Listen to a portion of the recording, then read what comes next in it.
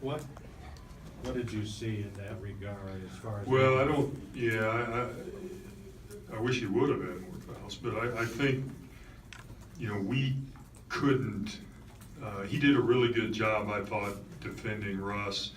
And obviously he's bigger than our guys. And so to his credit, he kept his hands up, moved his feet, didn't get in foul trouble. And we didn't on the other end trying to stop him. So, that was a tough matchup. We knew that'd be a tough matchup going in, and one of our goals was to keep the game at a little bit slower pace for them. We still wanted to run. We made them turn it over, but I'm not really sure we took advantage of it. We split the points off turnovers, and they did a great job on the boards, especially in the second half. I think they had 2 offensive boards at half, and they ended up with 10. Kim, obviously tough night for Kevin. Was it just as simple as just nothing would go down? Or? Yeah, he just didn't make shots. He did some good things defensively for us, and he just had one of those nights. Had 8 rebounds, and you just got to get back in the gym and keep going. There's not much you can say about it. And Terrence is shooting like he has been. How does that change the way you approach your game plan? Well, it certainly helps. All year we've been, searching for a consistent three-point shooter, and he shot pretty well. He shot pretty well over a period of time, and so that makes you think, well, maybe you move him off the ball a little bit and get him some more shots and run him off some screens and stuff like we've been doing for some of these other guys. Tim, a couple of weeks ago, Avery Johnson said when he looked at the tape preparing for Kentucky, he saw it as a winnable game for Alabama. I'm wondering, relatively speaking, is playing Kentucky a winnable game? Oh, you know what, I'm going to tell you something. I think every game's winnable. I know that's not the answer you want, but I think every game's winnable. It doesn't. Now, obviously, some are harder than others, and I would rank this up toward the top in difficulty. This is a really good basketball team, and I don't know what John said about his team, but for me, watching this team and preparing for this team, I think they really have good chemistry. And we were tonight maybe able to disrupt that a little bit. But I think they understand their roles. They know where their bread and butter is, and they know who to get the ball to when they need to win the game. And tonight they got it. They got it out of Bio. Tomorrow, last week it was Fox. So that makes it. When you got 3 or 4 weapons like that, that makes it tough to. It's not like you can leave one guy and just leave him alone because they got too many weapons. Kim, did you outplay them maybe effort-wise, and at this point, if yes, what does that mean? Oh, I don't. I think I've said this all year, and with a couple of exceptions, these guys have played hard every game. Now, we didn't. I was really disappointed last Saturday against Tennessee. I thought we had an Alabama hangover, to be honest with you. Obviously, we didn't play well against Florida, but a lot of teams haven't played well against Florida. So, other than that, these guys have played hard all year. So, I don't know.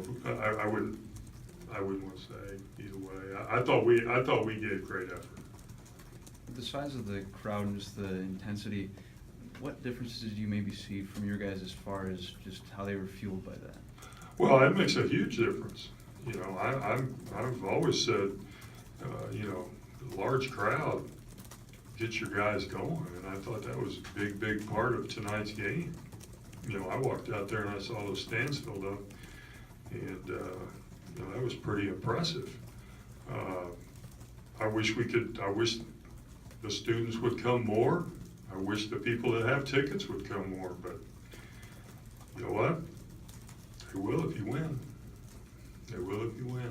So, you know, my job is to keep plugging away and trying to win.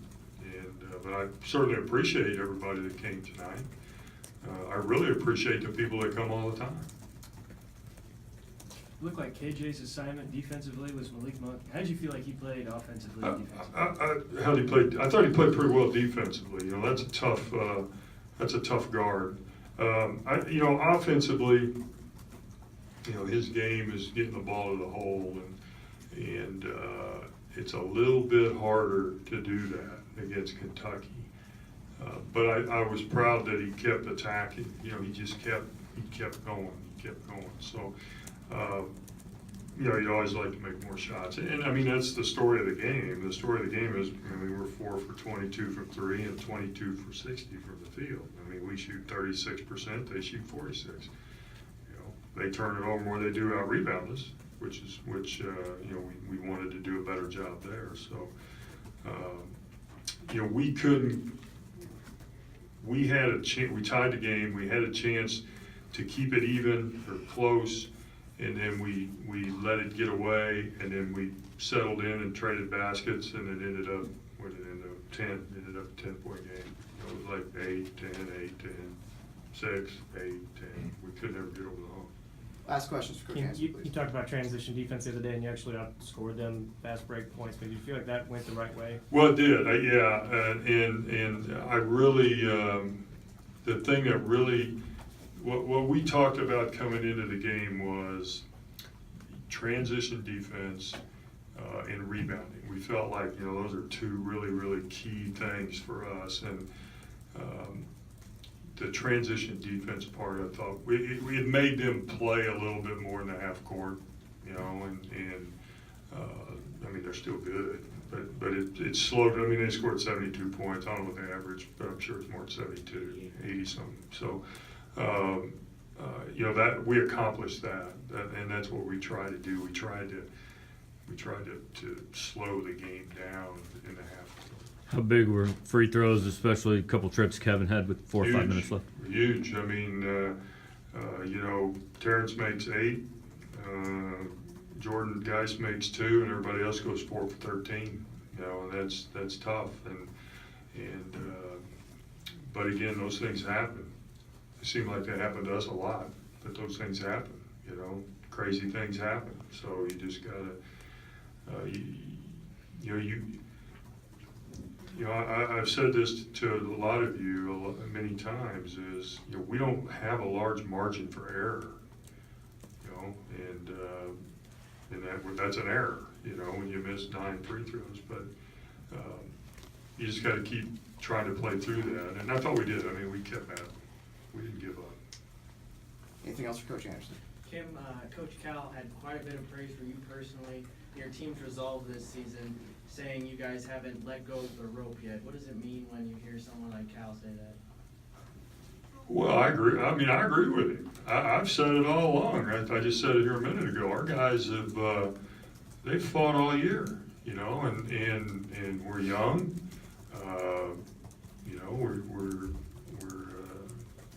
you know, we've gotten better. I know we haven't won games, and that's what you're supposed to do, is win games. But